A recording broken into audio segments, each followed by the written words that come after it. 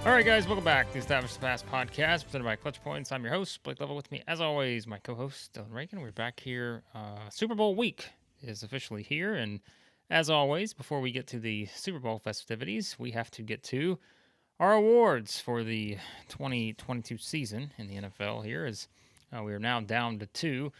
The Chiefs and the Eagles will play, as we know, in the Super Bowl on Sunday. But, Dillon, a lot to get to before we get there, and we will have all of our picks, our prop bets, all sorts of fun stuff. In the next episode of the podcast, we usually do our mega sort of Super Bowl episode. But for now, it's time to reminisce on some of the most exciting and not so exciting moments of the season, as we'll talk about when we get to our trademarked AFC South Award, which is always a headliner here in our awards this season. We didn't get dressed up, Dillon, but there's some fun awards to talk about here.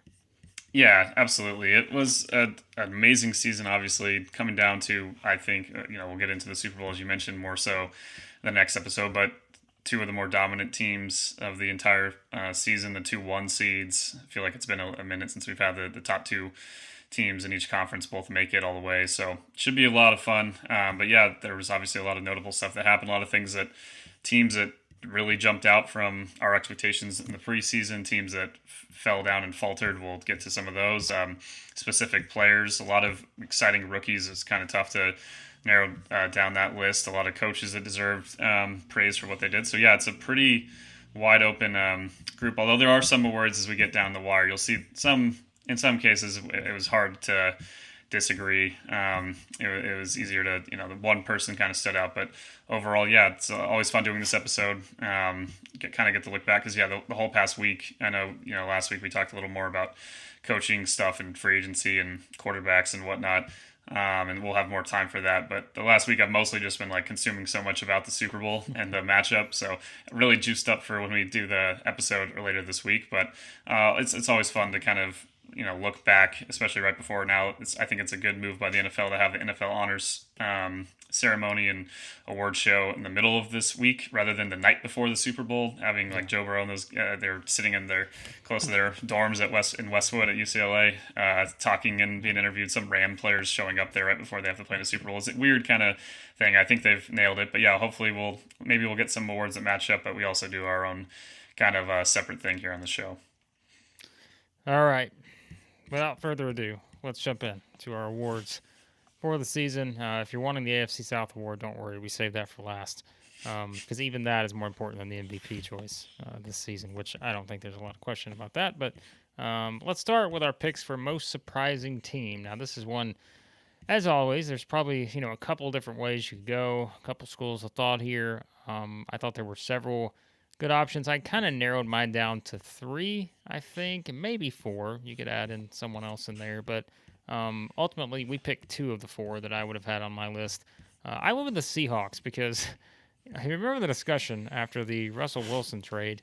It's just like we thought the Seahawks could really just be in the running for that's one of the worst teams in the league. But they go 9-8. They make the playoffs. That's very surprising. And, of course, why that happens is going to come into play in another one of our awards here in a minute. But, I thought the Seahawks were just for me personally, I think they were the hardest team to make the case for. If you were saying one of the worst teams that could make the playoffs, outside of the Texans, I guess. But there are probably a couple others, too, that probably would not have anticipated.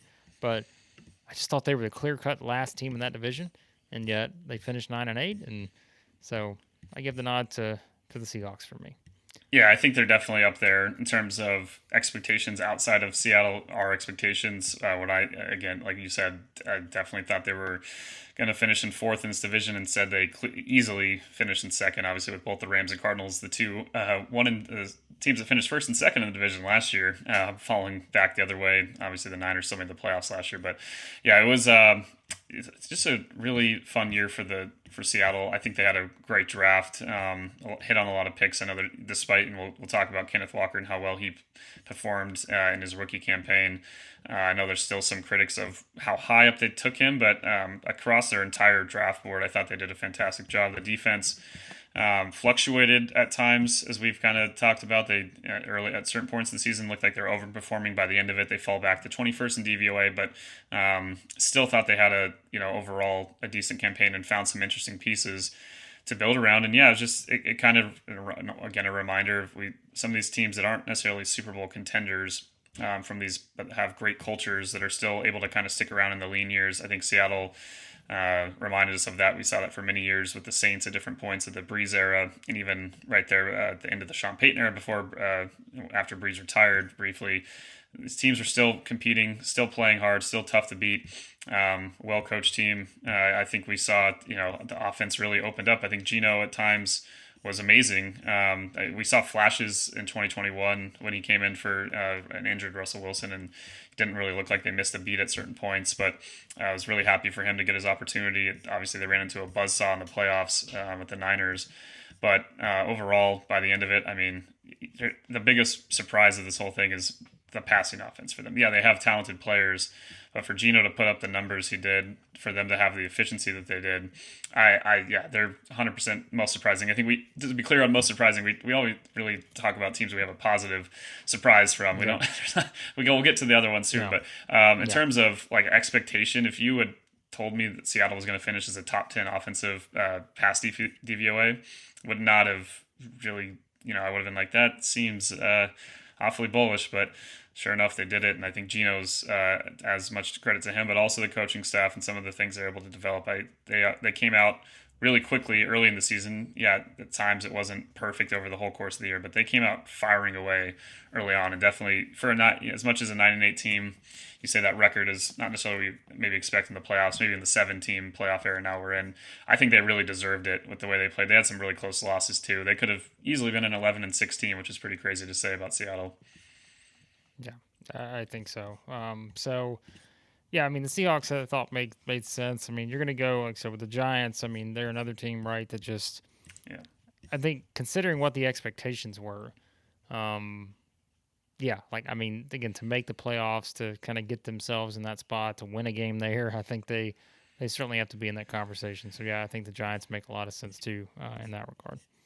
Yeah, the expectations weren't insanely high for them this year. We were both really high on the hiring of Brian Daboll, and just felt like they still have kind of a similar feeling. There are a number of pieces away, but they took the players they had. They put together a top 10 overall DVOA offense, not just running. Like, they finished 10th in pass offense DVOA. That is crazy to think about with the skill players. I think Darius Slayton obviously stepped up in a big way. Daniel Jones, depending on some of the opponents. Obviously, again, Eagles were a buzzsaw. It's not going to be the same when we play against Philadelphia and some of these top tier teams. But against other competition, I mean, they went from 32nd in offense to 10th. Like, that doesn't happen often. And yeah, the defense still has a lot to work on. They fell off a little bit compared to last year, actually, but they have a lot of intriguing young pieces. They're definitely have to fit into this mold. I was like, I didn't have, I thought they'd be maybe better, but for them to be a playoff team and kind of comfortably get in where they're, sitting guys in week 18, not something that I expected. Other teams that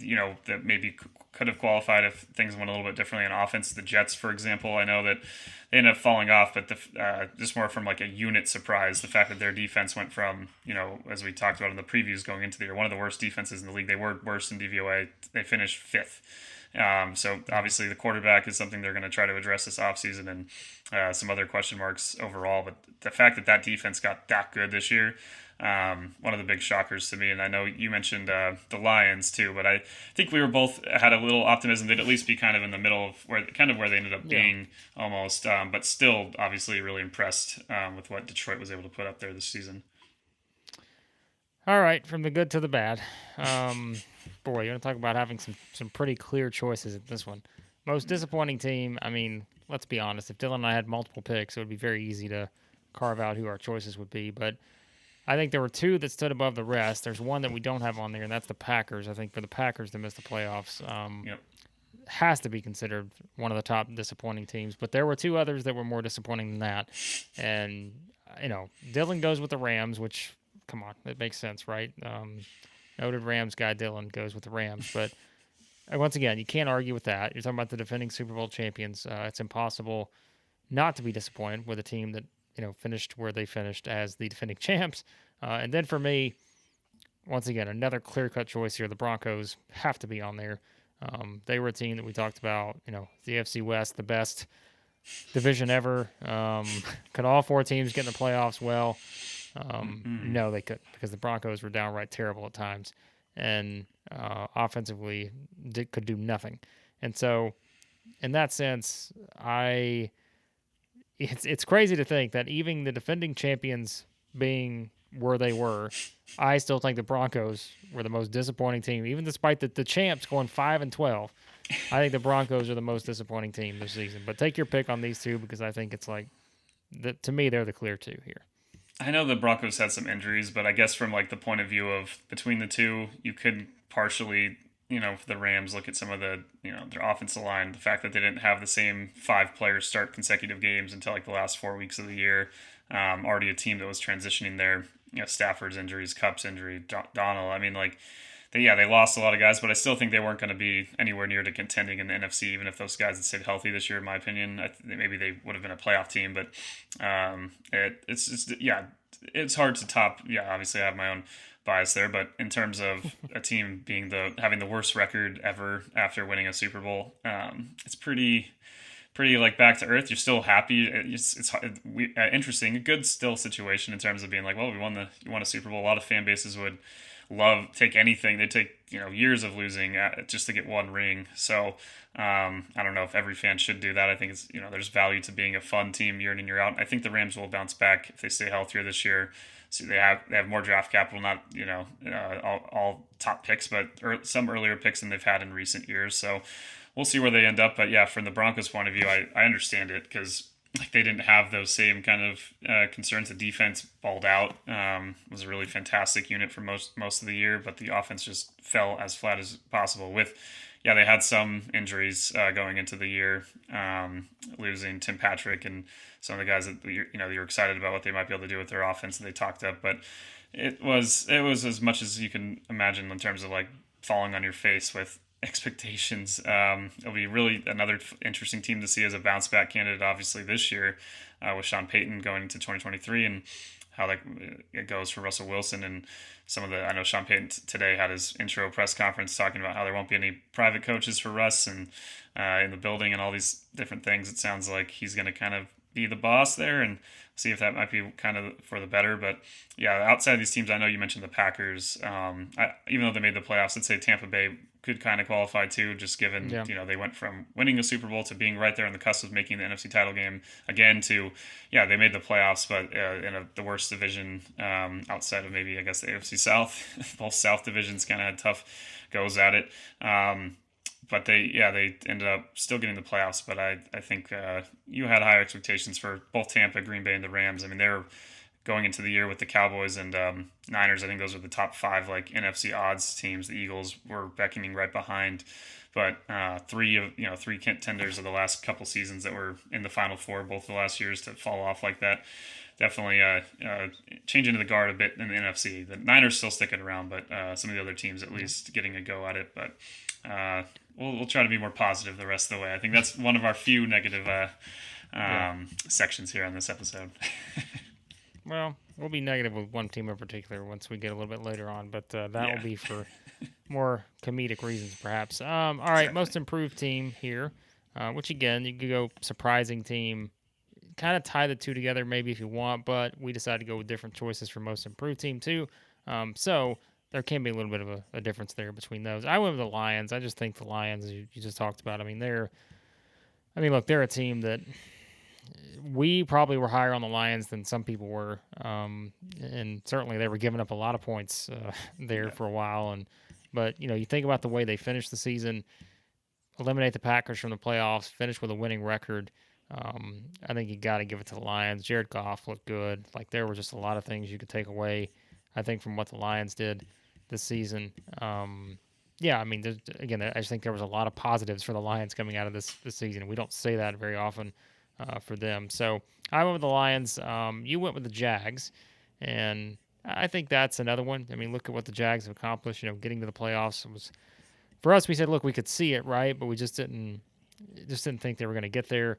And then once they do get there, they have just a ridiculous comeback, and then go in, to Kansas City and have a shot there, but ultimately lose to the Chiefs. So, yeah, I mean, again, two choices I think here that say maybe fully clear cut, but they have to be on your list if you're discussing this category. So. Yeah, it just sometimes shows that the stats do line up with our eye test. We picked these without, I didn't look at Football Outsiders or any other stats or anything on these two teams before we kind of talked about them, but they are very clearly the two biggest risers in DVOA from last year to this year. Detroit went from 29th to 9th in overall DVOA as a team, and the Jags went from 32nd to 13th. So you have a 20 raise and a 19 raise. So we did a good job just based on what our eyes, we see what's happening with these teams and where they were a year ago. Both, obviously the Lions were on the up and up last year, starting with Dan Campbell and the culture he was building and some of the pieces they had.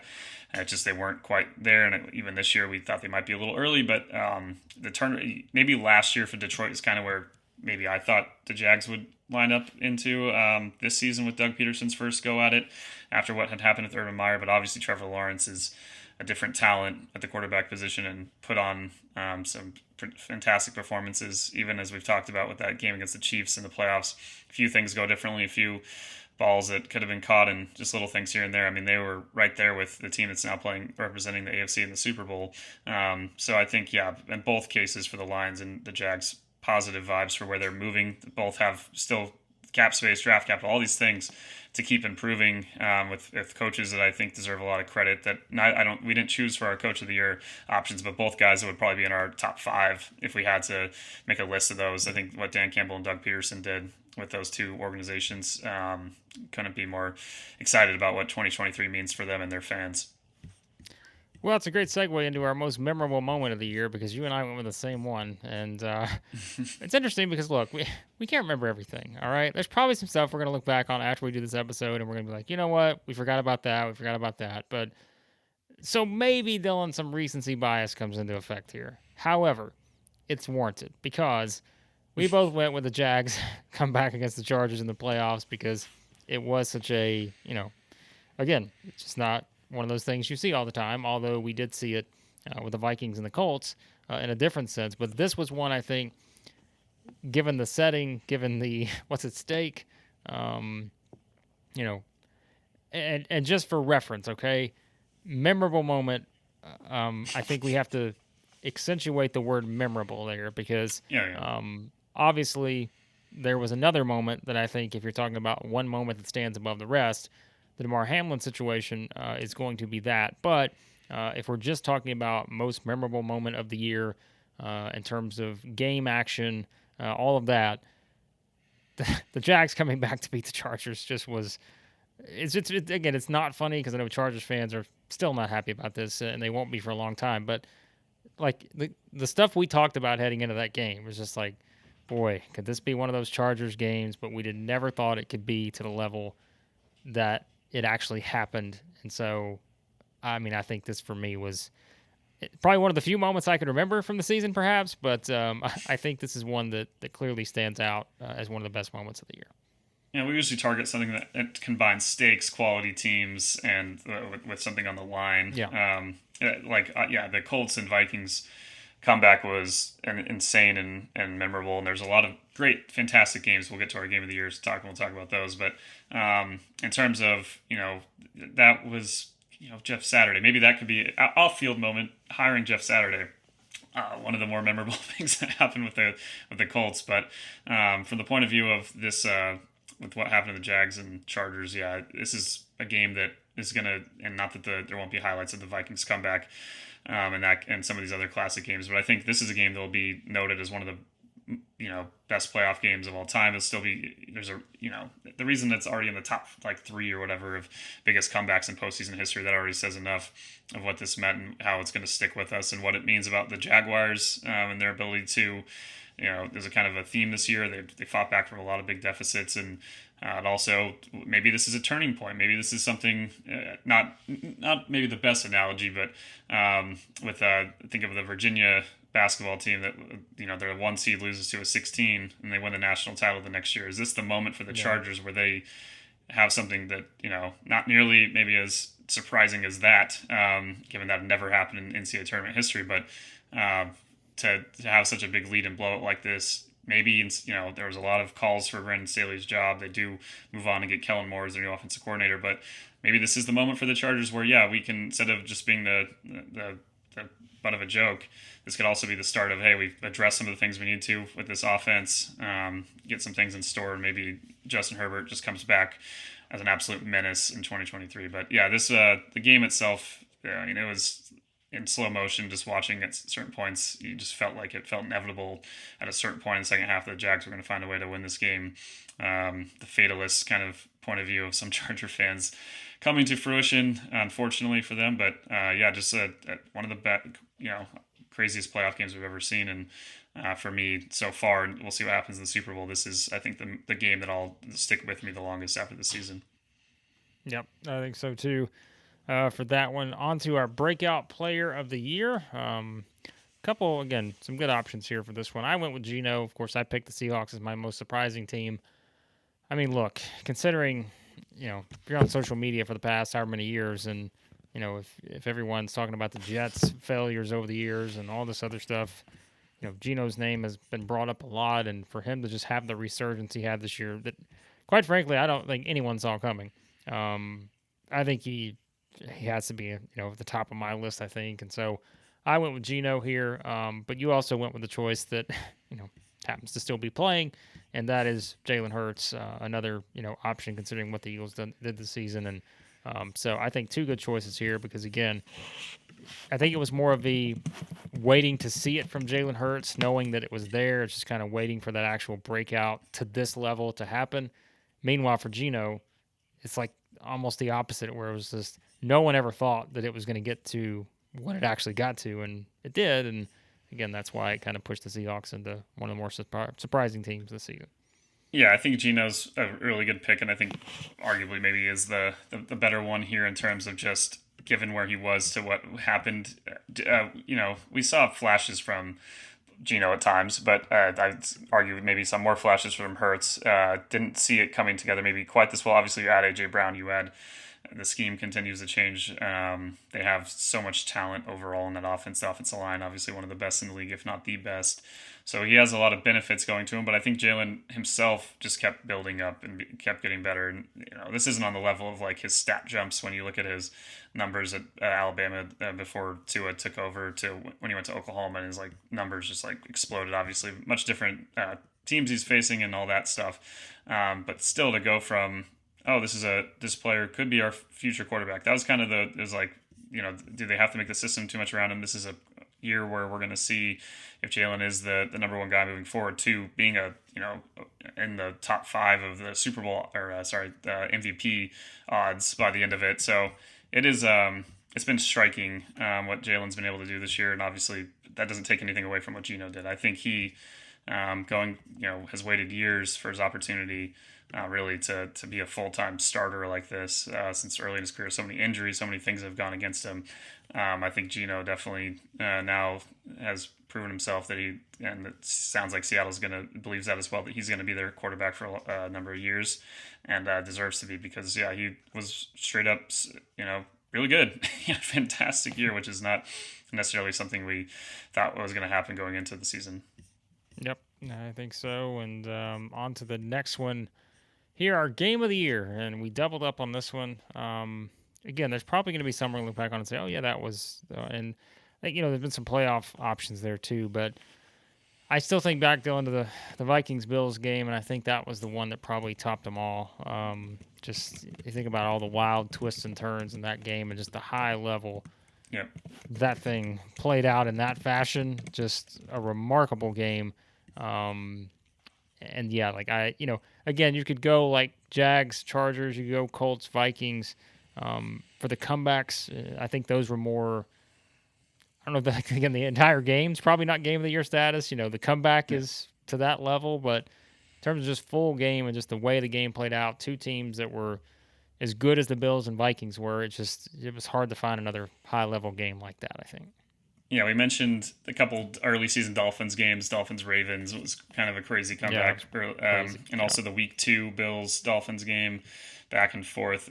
All the players getting falling down with all the heat they had and all that. But yeah, this one was, in terms of pure like drama and just back and forth swings, like the fourth down conversions. I think this was the game that had like win percentile. The Vikings were like 3% or some really ridiculously low number. The amount of things that had to happen for them to win this game. Obviously, the Josh Allen fumble on the snap there, and the fact they still fight back to keep it going forward. And yeah, just a ridiculous game. I think one that, in terms of just pure drama and swings. It ultimately, there's a lot of great games. Obviously, it's a really fun season and a lot of back and forth affairs between teams that are in the contention. Obviously, you can make an argument if you wanted for some of the AFC title game and some of these games that maybe they weren't as high scoring, but they're still really high drama. That even the Cowboys Niners game, we talked about how much we loved that one and didn't have the same feel, but just for pure like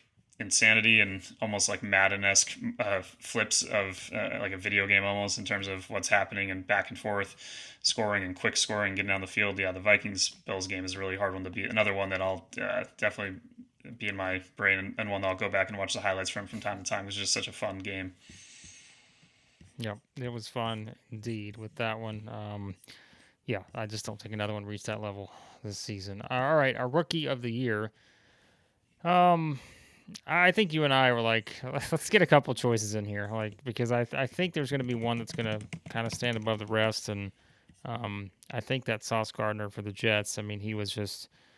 I mean, look at what he accomplished there, and again, that kind of makes the Jets' struggles down the stretch. It would have been interesting to see that team in the playoffs, but they lose 6 in a row to finish the season, finish 7-10. But he was so good, and so I think on the defensive side, I went with him. But again, you've got Kenneth Walker too as a choice here, and I think that's another one that I won't say you forget about, but like I guess you kind of do, just in the sense of like the injury, those kind of like.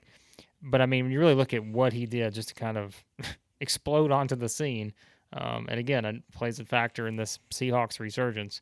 Yeah, I mean, he's another one that I think has to be in that discussion. Yeah, partially, we looked at the rookie of the year odds, and he's the leader at the moment. So that partially impacted my decision here. Yep. I would say, Sauce, in terms of just immediately becoming a number one corner that's putting up. This is a matchup we actually have, the Seahawks and the Jets, where I, Yes. in many ways, helped was won his fantasy title because I was facing DK Metcalf and he did absolutely nothing because Yep. Sauce Gardner just shut him down. That happened to a lot of number one receivers this year. He was everything, all the expectations, all the numbers that you wondered would translate from college and beyond. Like, he was fantastic, and obviously the Jets really hit on that one, and I think he deserves. We didn't even see him in the top few of the rookie of the year odds. I feel like he needs a lot more praise. I think he's one of the best defensive players, not just of rookies. I think he's one of the best defensive players overall this season. So I think he deserves more love. But yeah, Kenneth Walker doesn't take away from what he did in terms of just clearly becoming a number one back. So dynamic, added so many different. You notice the difference when he was out at times for Seattle. The way he hits the hole, the way his vision is. Again, things you were hoping would translate from Michigan State. I feel like as well as it could have for Kenneth Walker in his first campaign. Some receivers I know that are mentioned up there: Garrett Wilson, Chris Olave, both in my opinion had really great years. It's hard to compare when we've had the last couple years. Jamar Chase's rookie year, and then before that, Justin Jefferson. Those guys are putting up numbers that are obviously they broke each other's. Set a rookie record and then broke it immediately after. Like, those are hard to compare. I think our expectations for some of the rookie receivers are a little out of whack because of what they did. But I think Garrett Wilson and Olave may be behind these guys at 1-2. I think they still deserve a lot of love, and kind of stood out for me as well. All right, coach of the year. I went easy choice. I mean, I went just, I guess, with a layup if you want to just base it around wins and such. I went with Nick Sirianni of the Eagles. I mean, look, I know sometimes coach of the year we're more often the reward goes to the guy that was on like a team that overachieved. Yeah. But I mean, I think the Eagles going 14-3 is also kind of overachieving a little bit, even though, you could have picked them to win the division and such. So I'm going to go with him. I just think the Eagles, again, were so good for much of the season, and they're still playing. So I decided to make that my choice. You went with another one that I think is a very good choice and may actually, again, wind up right there with the chance to win it. And that's Dayball. We talked about them earlier with the Giants and, just kind of them becoming one of the surprise teams. And so I think, NFC is kind of racking up the Coach of the Year honors and our awards here. Yeah, there's a division that we've talked about this only a couple of years ago. All these teams had losing records in 2020, and now they have 3 playoff teams and Washington right in it till the end of the year. I went with Brian Dable because for the reason you said. Often this award goes to guys that do more with less or less expectations. You think of McVay's first year with the Rams, coming off of the era before with Jeff Fisher in the 4-12 debut season in LA. Think of some of the years that from. He was already there for a little bit, but Kyle Shanahan going from a team that wasn't winning games to suddenly becoming that dominant force they were in 2019. I do, we've talked about this. At times, I wish this award, there was a way to have like a separate kind of tier, like one for that honors like what the Coach of the Year kind of is right now, which is those people that kind of defy the odds and take what a tougher circumstance and make it work. I think we don't at times reward enough when you look at like the amount of times Bill Belichick and Andy Reid have won Coach of the Year. I think these guys are clearly like if you had to rank best coaches in the league, and they consistently would be up there as your top kind of guys. So I don't completely, in the case of the Eagles, I think Sirianni's a good case of dominance and, taking a big step. So I like your pick a lot too. I think he deserves more praise. I know there's players on the Giants I forget who the player was on the Giants that said that he got basically a free ride to the Super Bowl based on the roster talent of the Eagles. But that is a simplification of what this team has done from an offensive scheme point of view. Yes, they have great talent. Yes, they've hit on draft picks and trades and free agency acquisitions and all these things that Howie Roseman's done so successfully there in Philly. But I think they've taken the players they've had, built a system that makes it really tough to defend them. It makes it so that you have teams. Yes, a lot of things went against the Niners in that NFC title game, but they were still running through a team that no one was able to run through. A lot of times you're looking at the linebackers and different guys on the edge that are having to hesitate just because of Jalen Hurts and what he can do. I think that I still think that Sirianni deserves a lot of credit, and if he won the award, he would be a amazing choice. But obviously I picked Dable just because the Giants, I still think they're so far away, we're not so far away as a team from competing, but in terms of like they have a lot of pieces they still need to add and different changes that I think they're going to keep making. But to do what they did with the guys they had this season, I think it was a really impressive job. So I just slightly put Dable or Sirianni. Zach Taylor, I think, deserves a lot of credit, kind of in the same lines almost with Sirianni in terms of like taking a team that had expectations, and they obviously made the Super Bowl last year. But I think they also evolved on offense in a way that, yes, they got better offensive alignment. I think the Bengals deserve a lot of credit for what they did, and Zach Taylor, and then obviously Doug Peterson too with the Jags. He's right there in this kind of range with what Dable did, I think, this season with New York. Defensive MVP. Boy, we had a tough time with this one. Yeah.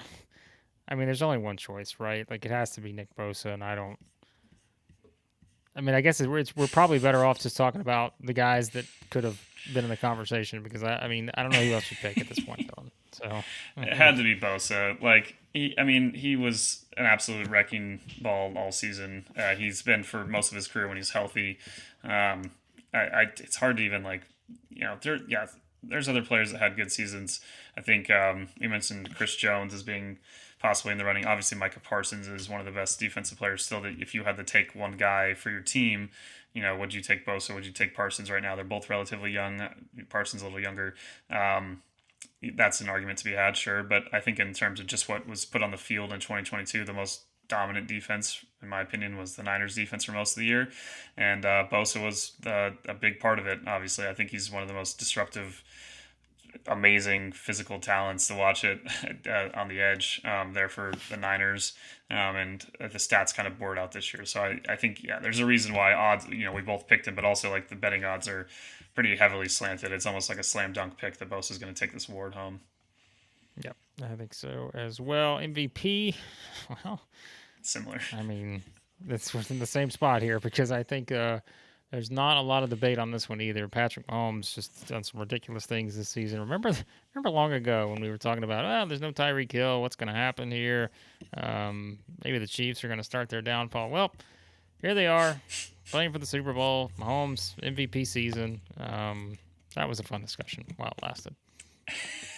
Yeah, I mean, he's been everything for years, but he kind of is the same kind of things that we've talked about with him, in terms of he had like quotes after they won the Super Bowl of like, I'm just starting to learn to read NFL defenses, and it's a frightening thought, to imagine all the success he'd already had. But then, yeah, you look at the numbers this year. It wasn't like some, Aaron Rodgers and him at, I think, I forget if it was last year or 2020. You could have kind of gone either way, and Aaron ends up getting those couple awards the last couple seasons. But I think Mahomes obviously was right there. But this year, there's not like one person that is quite on his level. Yes, I think Joe Burrow and Josh Allen and Jalen Hurts and even, I mean, you look at Herbert's numbers were pretty ridiculous this season. There's guys that had fantastic years, but Mahomes was just on a different kind of planet. Like you said, without Tyreek Hill, they looked better and more versatile at times. He didn't have quite as many costly picks. Still had 12 interceptions, but it wasn't anything at time for the most part that ended up costing the Chiefs. So yeah, I think that he's the best player in the NFL. He's the player that I mean, we can debate, and we do love watching so many other quarterbacks. But if you have to have one guy for the next 10 years, I would have a hard time trying to make an argument for anyone but Patrick Mahomes. And yeah, this year was one of his best, and hopefully he's just continues to get healthy going into the Super Bowl. Obviously, still looked fine for a large portion of the AFC title game, but had a few throws right where he, his plant foot kind of felt like he underthrew some balls that he usually would have just been fine.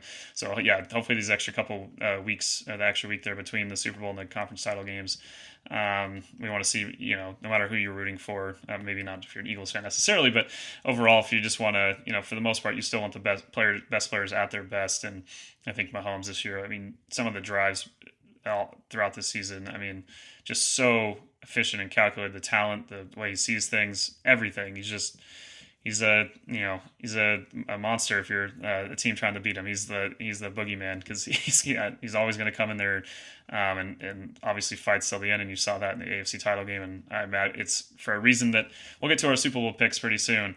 But man, he makes it really hard either way. It's like you want to, if you have a pull for the Eagles and other facets of the game, and then you're just like, it's Patrick Mahomes, man. It's hard to pick against him. Yeah, I mean, yeah, like there's no other choice. Like he's Patrick Mahomes, and that's pretty much all you have to say at this point.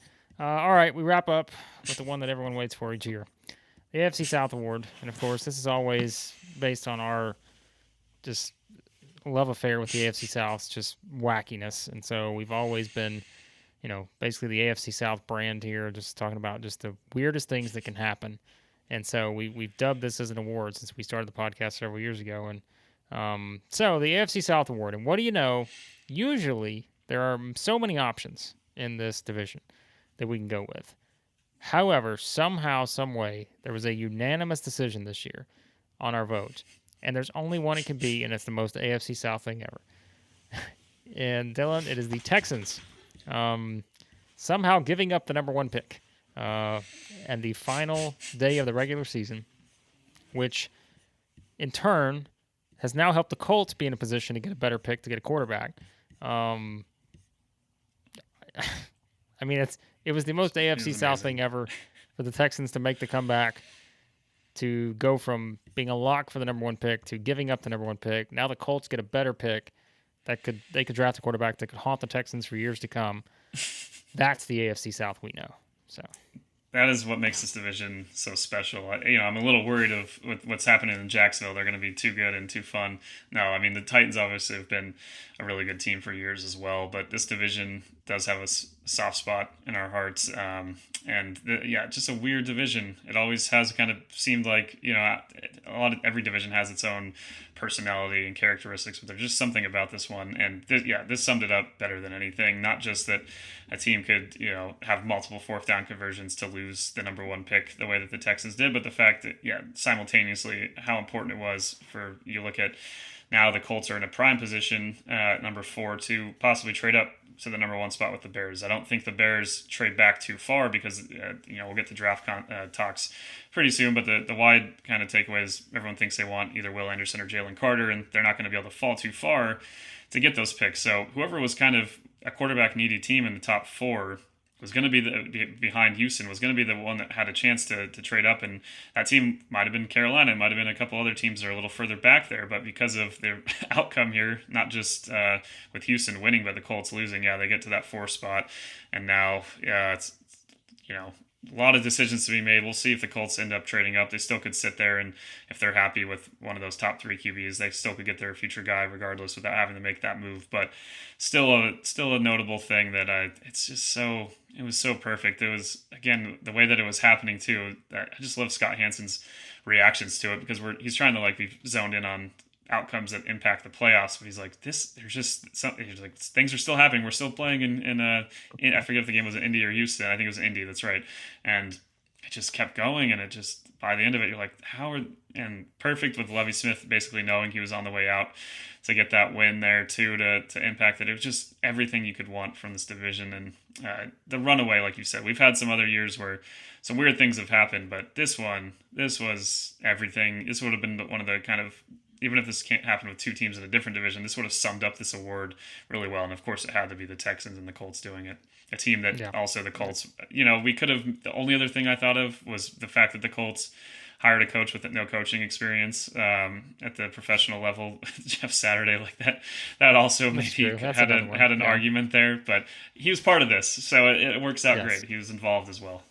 You can tie it all together just by doing that. I mean, I guess if we didn't have another choice, the Jags come back against the Chargers probably could have been on there, but that's too good though. That's too positive of a moment.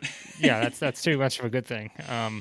AFC South, we're not used to that. So, anyways, there you go. There are awards for the 2022 NFL season, and always fun to look back at some of the high moments, the low moments, and such each year, and always one of our more entertaining episodes as we go through all of our picks. But, of course, Dylan, the picks that really matter are the ones that are yet to come, and that is going to be our picks for the Super Bowl on Sunday, and we will have all of that in our next episode, going through, breaking down the matchup, all that good stuff. But plenty of coverage over at ClutchPoints to get everybody ready for everything involving the Super Bowl, so let everybody know where they can find all that.